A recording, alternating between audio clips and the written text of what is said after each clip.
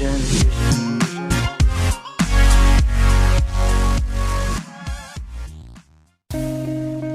достар, сіздермен бірге телефон құпиясы каналы. Бүгінгі видеомыздың тақырыбы смартфонымыздың қуатын қалай көпке жеткізуге болады және де телефонымыздың батарейкасын қалай күтіп ұстауға болады. Мен бүгін осы жайлы сіздерге кеңес беретін боламын. Ендеше кеттік. Ең алдымен смартфонды сатып алатын кезде матч деген жазуға мән беруіміз керек. Бұл матч деген жазу толығымен айтқан кезде мегаампер деген мағына береді. Қазақша телефонның қуаты деген сөз. Біз смартфонды сатып алатын кезде сол сатушыдан сізде сұрап алыңыздар, қанша мегаамперлі телефонның қуаты қанша күнге жетеді деп.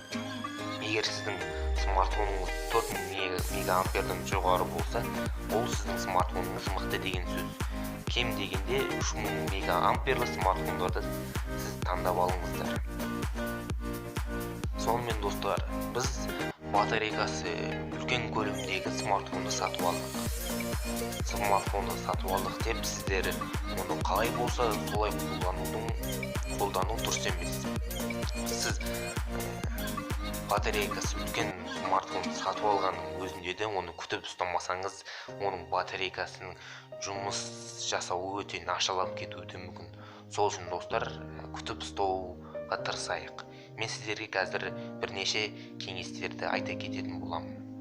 Телефон заряд алатын кезде де бірнеше қағидаларға мән бергеніңіз дұрыс.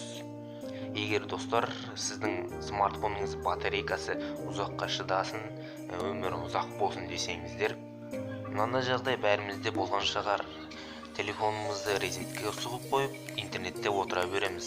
Достар, бұл өте дұрыс емес. Біріншіден, сіздің смартфоныңыздың батарейкасына үлкен зақым келеді. Екіншіден, сіздің смартфоныңыз 50%-ға келіп, тіпті 60%-ның өзінде де өшіп қалу жағдайына алып келеді.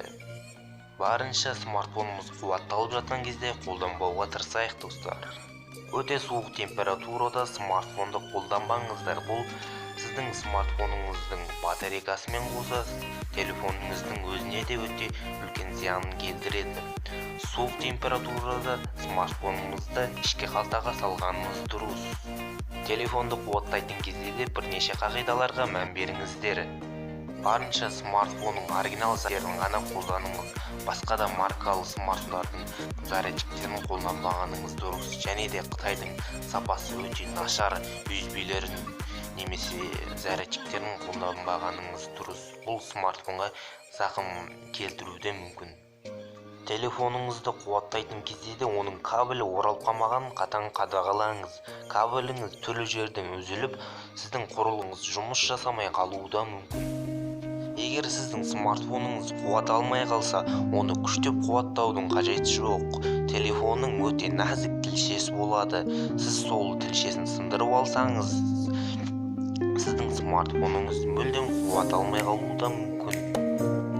Ең дұрысы зарядтайтын құрылғыңызды ауыстырыңыз. Сосын достар, смартфоныңыздың қуатын қалай үнемдеуге болады? Мен қазір сіздерге бірнеше кеңесті айта кететін боламын. Соны қолданып көрсеңіздер болады. Телефонның жоғары жағында тұратын Wi-Fi, геоданих, Bluetooth деген параметрлерді өшіріп қойыңыздар. Сіздер білмейтін шығарсыздар.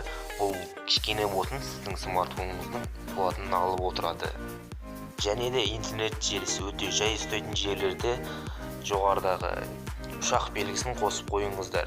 Өйткені сіздің смартфоныңыз үнемі интернетте іздеуде болады. Бұл телефоныңыздың қуатын кішкене болсын алып отырады. Сосын түрлі түсті жарқыл және де қозғалып тұратын анимациялық фондарды қоймағанымыз дұрыс. Бұл сіздің смартфоныңыздың қуатын көбірек алады.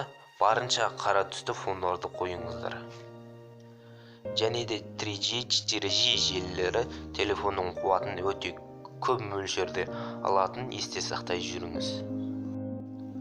Айтпақшы достар, түрлі powerbank, карманы мен зарядчиктерді қолданатын кезде телефонның қуатын толықтай толтыра алатын сондай карманы мен зарядчиктерді қолданыңыздар.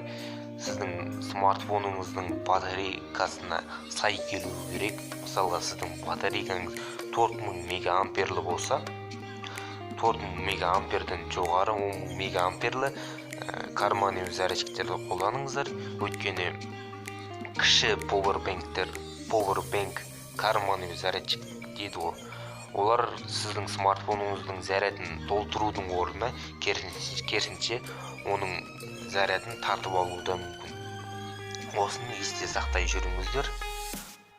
Осымен менің видеом бүгінге аяқталды. Әдеттегідей каналға жазылып лайк басыңыздар. Келесі видеоны жіберіп алмау үшін колокольчикті баса кетіңіздер. Аман саулық күнде кездескенше қош сау болыңыздар.